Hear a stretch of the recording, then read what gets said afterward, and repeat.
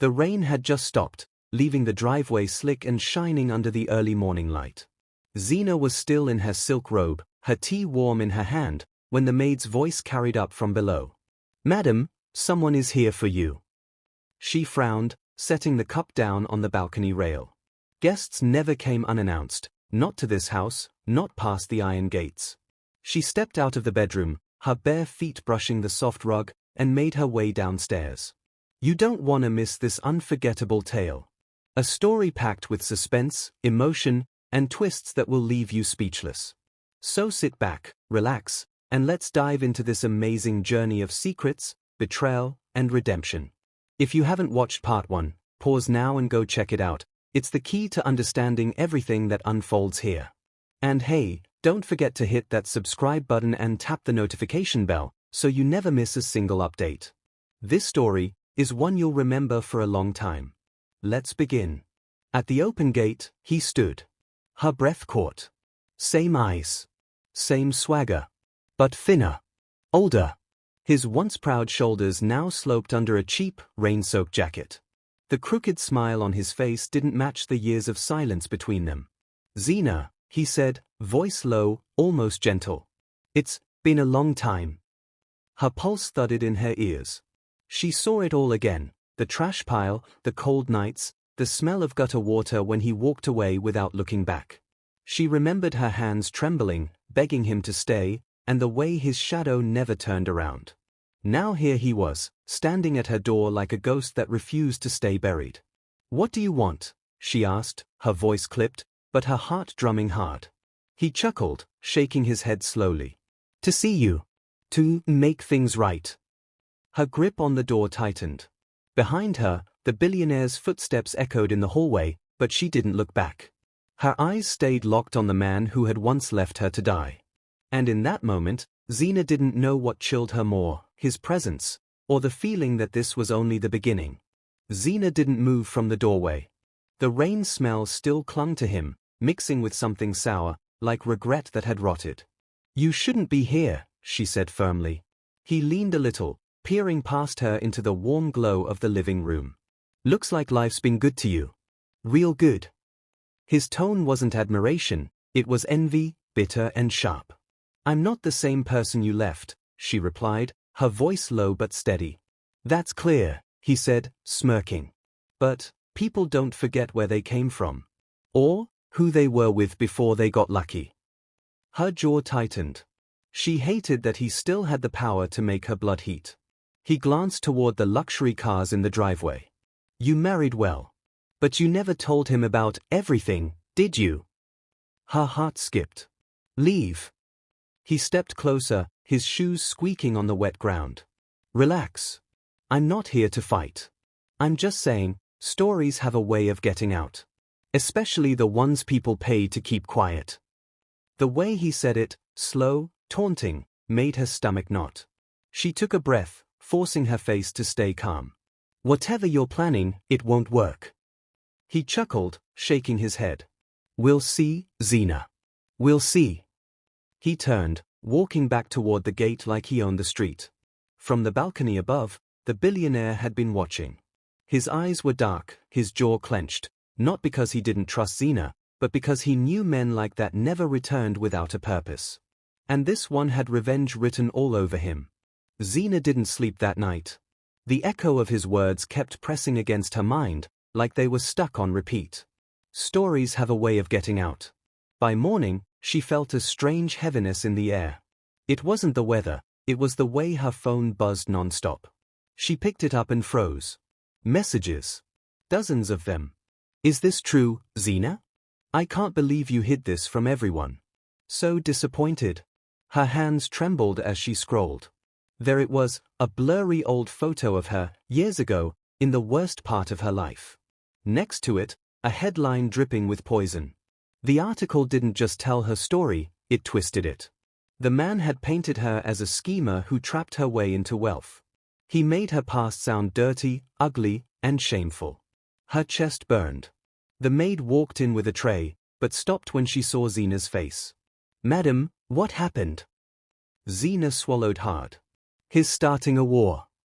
By afternoon, Whispers had already reached the markets, the salons, the fancy restaurants. People didn't even hide their stares. They looked at her with pity, or worse, with doubt. When the billionaire came home, she showed him the article. His eyes darkened as he read. "He wants to destroy you in the public's eyes first," he said, voice low. "Then, he'll come for everything else." "I'm not afraid of him," Zina said, but her voice cracked. "You should be," the billionaire replied, "until we make him afraid of you." Zina sat on the couch, knees pulled close, staring at the rain sliding down the window. Her husband paced the room, phone in hand, his jaw tight. Every step he took felt like a countdown. "He thinks you'll fold," he said sharply, stopping to face her. "He thinks the past still owns you." Her chest rose and fell, steady but heavy. "He knows where I came from.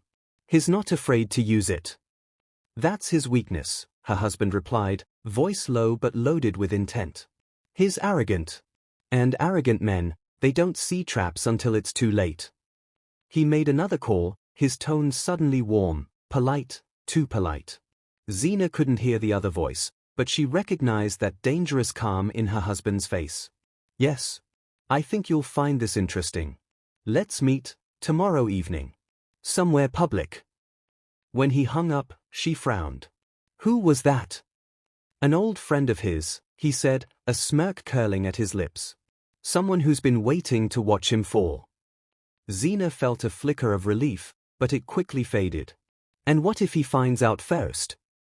Her husband stepped closer, placing a hand on her shoulder. "Then we hit him harder and faster than he can breathe." She wanted to believe him, but she still remembered the cold night by the trash pile, the sound of footsteps leaving her there.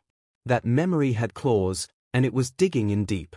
As the night deepened, she glanced at her husband, calm, calculating, dangerous when he wanted to be.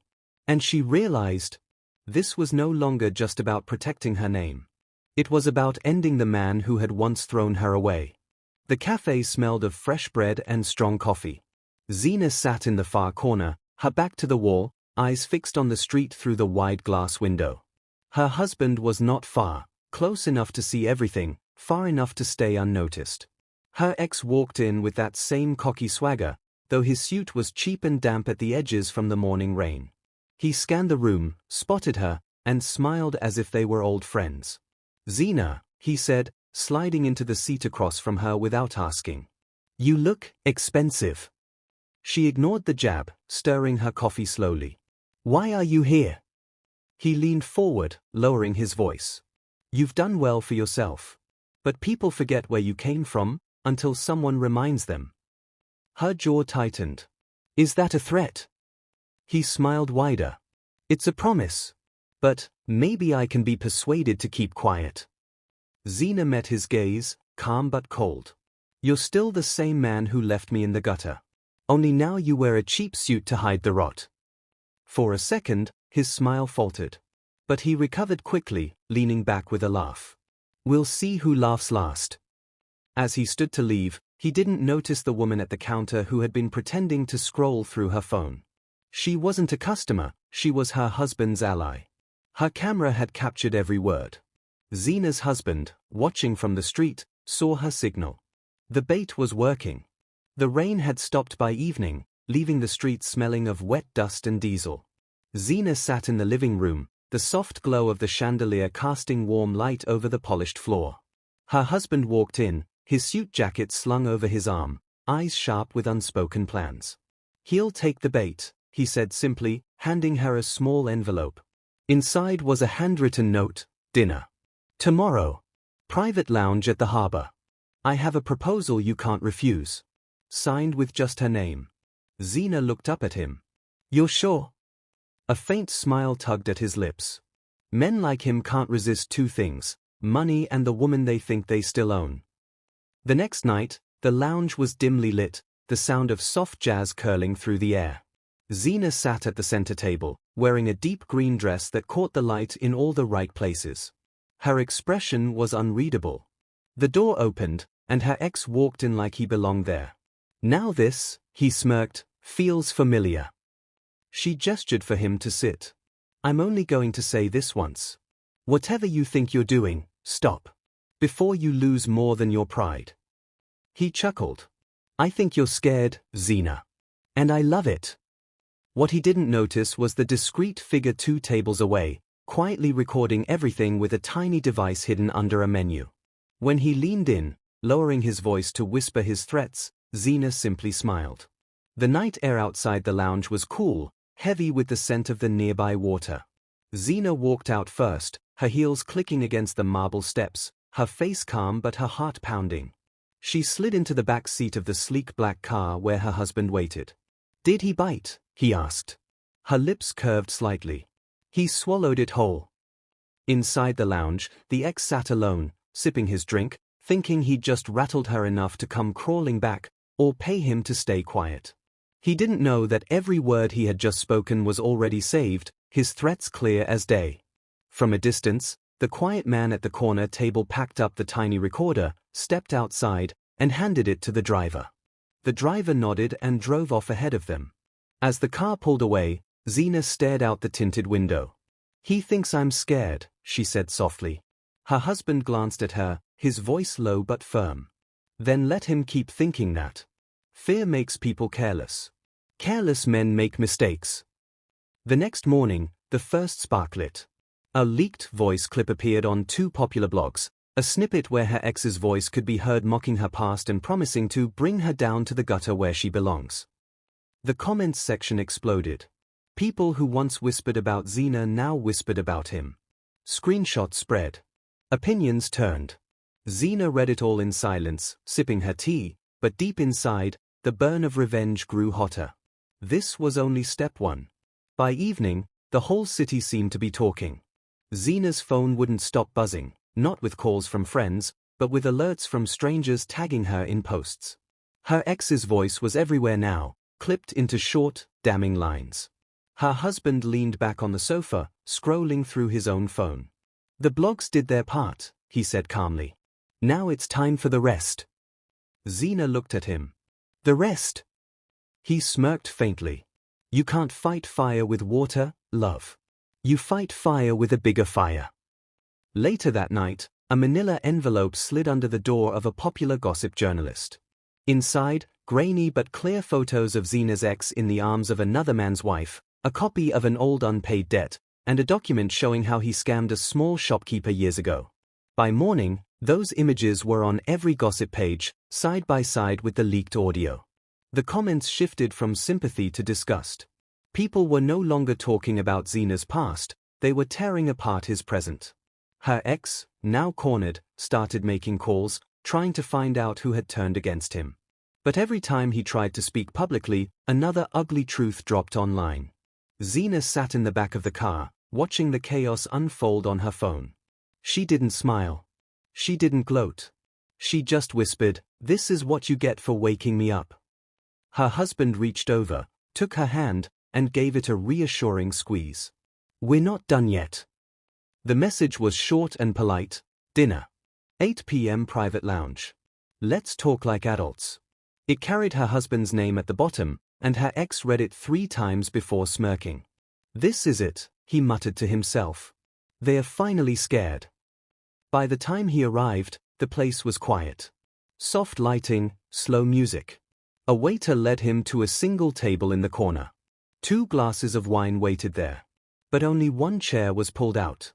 He sat, drumming his fingers, eyes scanning the room. Minutes passed. Then the door opened, not her husband, but Zina. She walked in like she owned the air. A fitted deep green dress hugged her frame, heels clicking on the polished floor. No smile. No greeting. She stopped just short of the table and looked down at him. You wanted to ruin me, she said, voice steady. But you forgot something. Her ex shifted in his seat. What's this? Your victory speech. She leaned in, close enough for him to smell the expensive perfume. No. This is the part where you start to sweat. He frowned, confused, until the waiter returned, setting down a sleek black folder. Inside, a set of photos, contracts, and receipts, every dirty deal he'd made in the last 5 years. His face drained of color. Where did you get this? She didn't answer. Instead, she stood straight, smoothing her dress.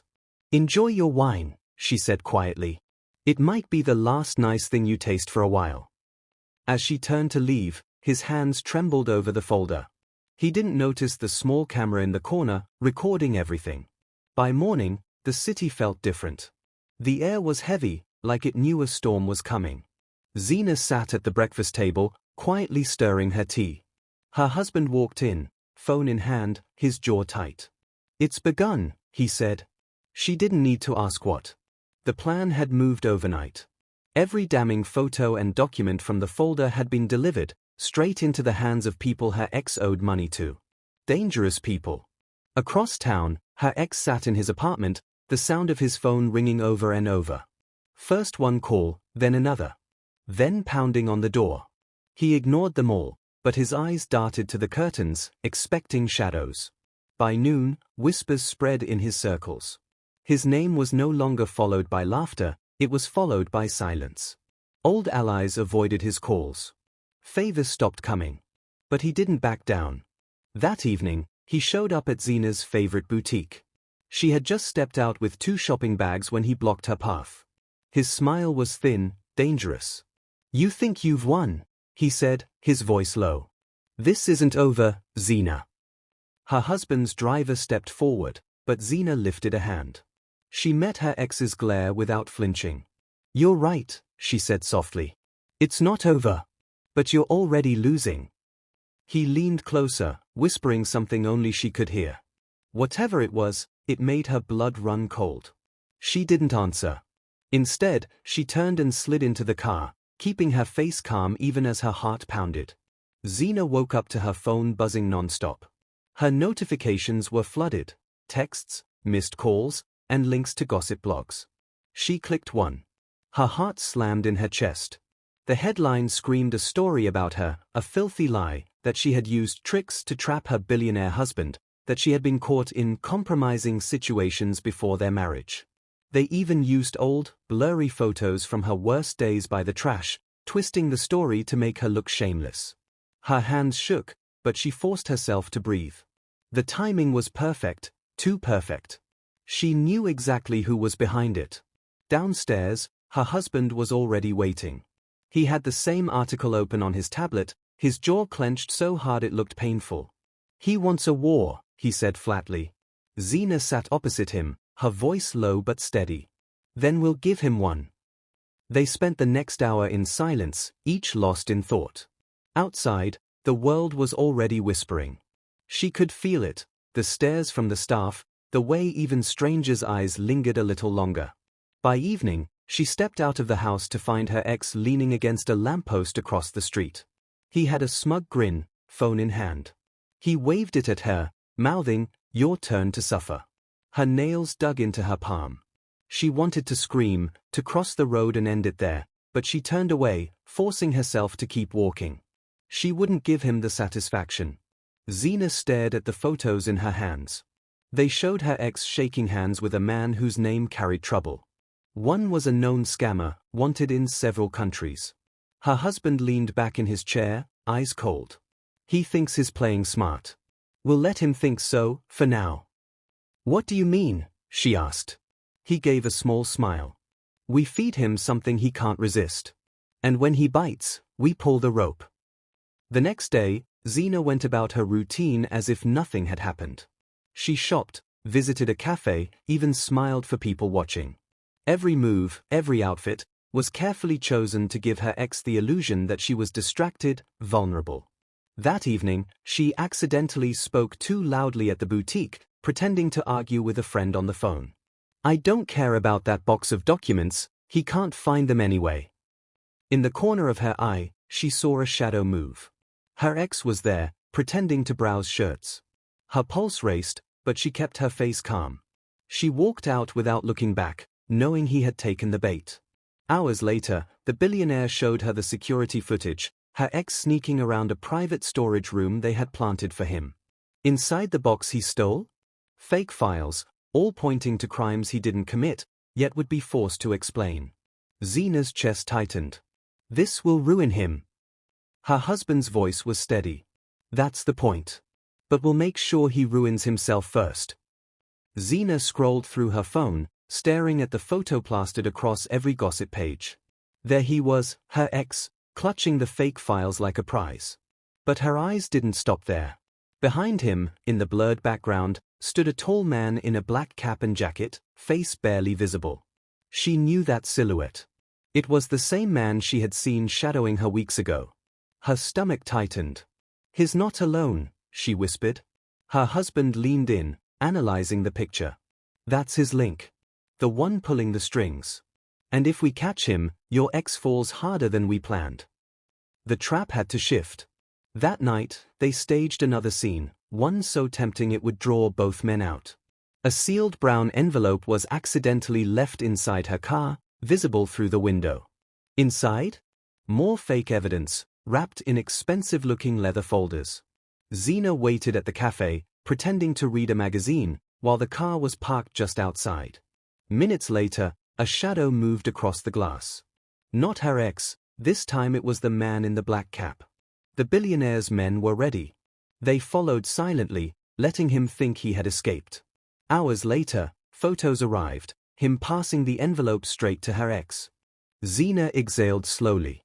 The pieces were lining up. "So now we have them both," she said. Her husband's eyes were dark with intent. "Now, we let them destroy each other." The next morning was quiet, too quiet. Zina sat at the breakfast table, pushing her fork across her plate, the smell of fresh bread barely touching her senses. She knew the silence was dangerous. Silence meant they were planning something. Her husband entered, a calm shadow in his crisp shirt. "They took the bait," he said, sliding into the chair beside her. "Both of them think that envelope is worth gold." Zina's lips curved, but it wasn't a smile. "Then what's next?" He leaned in, voice low. "Next, we let them meet, but on our terms." The plan was simple, almost too simple. That evening, the billionaire called her ex with a fake offer, pretending to be someone else willing to pay for what was in the envelope. A meeting was arranged in an abandoned warehouse on the far side of the city. Zina didn't need to be told to stay home, but her mind burned with curiosity. She imagined the scene, her ex walking in, chest high with pride, that same swagger she once thought was confidence. And then, the moment his partner realized they'd both been lured into the same trap. Night fell quickly. Rain began to tap against the glass walls of their living room. Zina paced. Every minute felt longer than the last. Finally, her husband's driver returned, stepping into the hallway with a nod. "It's done," he said. Her husband's expression didn't change, but his eyes told the story. They turned on each other. It got ugly.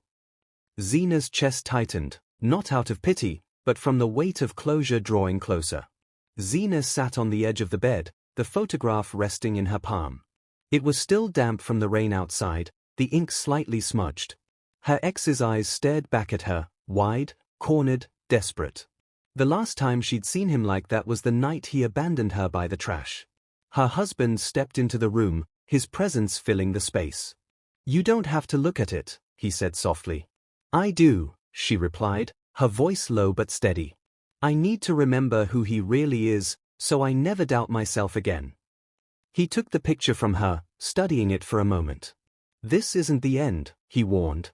"Men like him don't just crawl away quietly. He'll try again."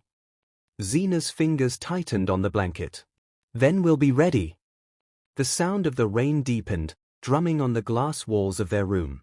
Outside, the city lights blurred into streaks of gold and white.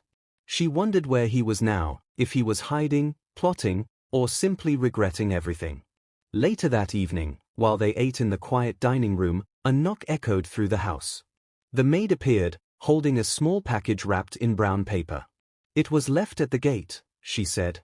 Her husband opened it. Inside was a single silver bracelet, tarnished and old. Zina recognized it instantly.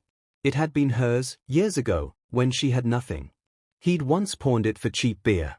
Her pulse quickened. This wasn't just a memory, it was a message.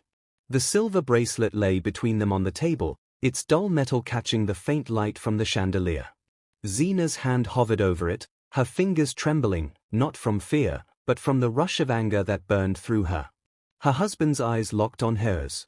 "If he's close enough to leave this, he's watching us." Zina straightened in her chair. Then let him watch. I'm done hiding from him. That night, they barely slept. Every creak of the floorboards, every rustle of the curtains, made her pulse race. By morning, the air in the house felt heavier, as if it knew what was coming. The plan formed quickly. Her husband would keep the house secure while Zina, in her own way, would draw him out. She knew his patterns, his arrogance. He liked to think he was smarter than everyone else. That would be his mistake. By noon, she was on the move. A driver took her into the city, weaving through narrow streets where the rain pooled in shallow gutters. She kept her eyes sharp, scanning the reflections in store windows, watching for a shadow that lingered too long. Then she saw it, a figure leaning against a wall across the street, head low, pretending to scroll on a phone. Her chest tightened. Even under the worn jacket and the hood, she recognized the tilt of his chin, the way he shifted his weight. She didn't look twice. She kept walking, her pace steady, her heart pounding. In the tinted glass of a cafe door, his reflection moved. He was following. The rain had stopped, but the street still glistened, smelling faintly of wet dust and smoke. Zina walked with calm steps, her mind sharper than a blade. Every corner, every shop window, every shadow, she took it in, waiting for the right moment. Her husband was close by, though she couldn't see him. He had insisted on being part of the plan. I'm not letting you face him alone, he'd said that morning, his jaw set. She had agreed, but deep down, she knew this moment was hers to finish. She slowed near an alley where the sunlight barely reached. The sound of soft footsteps followed. Not too fast, not too slow, just like she knew he would do. She kept her gaze ahead, pretending to be distracted, letting him think she hadn't noticed. A delivery cart rattled past, giving her cover. She slipped into the alley. The air here was cooler, damp. Her heels clicked against the uneven ground. He followed. Zina, his voice was low, almost a whisper. She turned slowly. His hood was down now, revealing the same face from years ago, only now lined with bitterness and worn by bad choices. You're hard to catch, he said, forcing a smile. Her eyes didn't waver. That's because you've been chasing the wrong woman. Before he could reply, a dark shadow stepped out from behind a wall. Her husband. His tall frame blocked the only exit, his expression unreadable but dangerous. The ex's smile faltered. His eyes darted between them. The alley was silent, except for the faint drip of rainwater from a broken pipe. Zina's heart pounded, but her face stayed calm. Her ex shifted his weight, glancing toward the street, but her husband's tall frame blocked the way.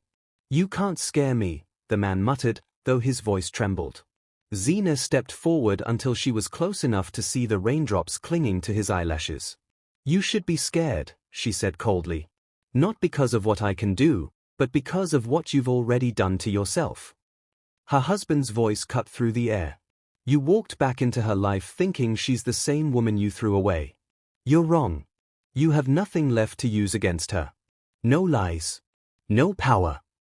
The man's mouth twitched, but he stayed silent. Zina tilted her head. You came here hoping to ruin me. But you forgot one thing. She stepped aside slightly, revealing a small recorder in her husband's hand. You've been talking since you got here. Every word is now proof. His eyes widened, and for the first time, his swagger cracked. You set me up. No, Zina said, her tone sharp. You set yourself up the moment you came back. Her husband moved closer, his shadow falling over the man. You're leaving tonight. And if I see you anywhere near her again, you won't like what happens next. The man's breath grew shallow, and for once, he looked small, trapped. The street was quiet when they reached the car. Zina's heels clicked against the pavement, steady and unhurried. Her husband walked beside her, one hand lightly at her back. But she knew the man was still behind them, following at a distance, too stubborn to let go. She stopped suddenly, turning to face him. Rain misted the air, catching in the light from the street lamp. Why are you still here? She asked, her voice low but sharp. His jaw tightened. Because you don't get to end it like that. Her husband stepped forward, his eyes dark. You're still making the same mistake, thinking you have the last word. You don't. The man laughed bitterly. You think you've won? She's still the girl I left, deep down, she's still that. Don't. Zina's voice cracked through the night like a whip. Her chest rose and fell, the memory of those nights by the trash flashing in her mind. Don't you dare try to drag me back there. I fought my way out. I bled my way out. And you, her voice dropped to a cold whisper, will never pull me back. Her husband moved between them, his height and presence filling the space. This is over. Walk away. Now. For a moment, the man just stared. Then something in his face shifted, defeat, bitter and heavy. He turned without a word and walked into the shadows. Zina exhaled slowly, her hands trembling despite her steady voice. Her husband took her hand and squeezed it gently. He's gone, he said. Not from my memory, she murmured. But that's fine. I'll carry the memory, not the pain. The house was warm that night, the sound of rain tapping gently against the glass. Zina sat on the couch, her head resting on her husband's shoulder. For the first time in years, she felt no shadow pressing against her. No fear of footsteps behind her. No voice whispering her past like a curse. Her husband's arm tightened around her. It's done, he said softly. She smiled faintly. It's not just done, it's finished. They sat in silence for a moment, listening to the rain. Then, almost without thinking, she walked to the balcony. The city lights stretched before her, bright, alive, untouched by the darkness that once swallowed her life. She remembered the cold nights, the hunger, the shame. And she remembered him, how he walked away without looking back. But tonight, she wasn't thinking of him in anger. She was thinking of herself, of how far she had climbed, how she refused to break, how she had chosen her own ending. Her husband joined her on the balcony, slipping a hand into hers. You know, he said with a quiet smile, you never needed my money to win. You already had the strength. I just gave it a place to rest. Zina laughed softly, tears in her eyes. And I'm never letting go of that place. Down the street, the rain washed away the last traces of the man who once tried to break her. Somewhere out there, he would have to live with what he lost. But here, in the glow of her new life, Zina had her answer. She had love. She had peace. And she had the last word, without ever needing to say it. The past had ended. The future was hers to write. And this time, no one could take the pen from her. I hope you enjoyed the story. Please take a moment to like the video, drop a comment, share it with someone, and most importantly, don't forget to subscribe to this channel for more powerful stories like this. Your support means everything. Thank you for watching this video.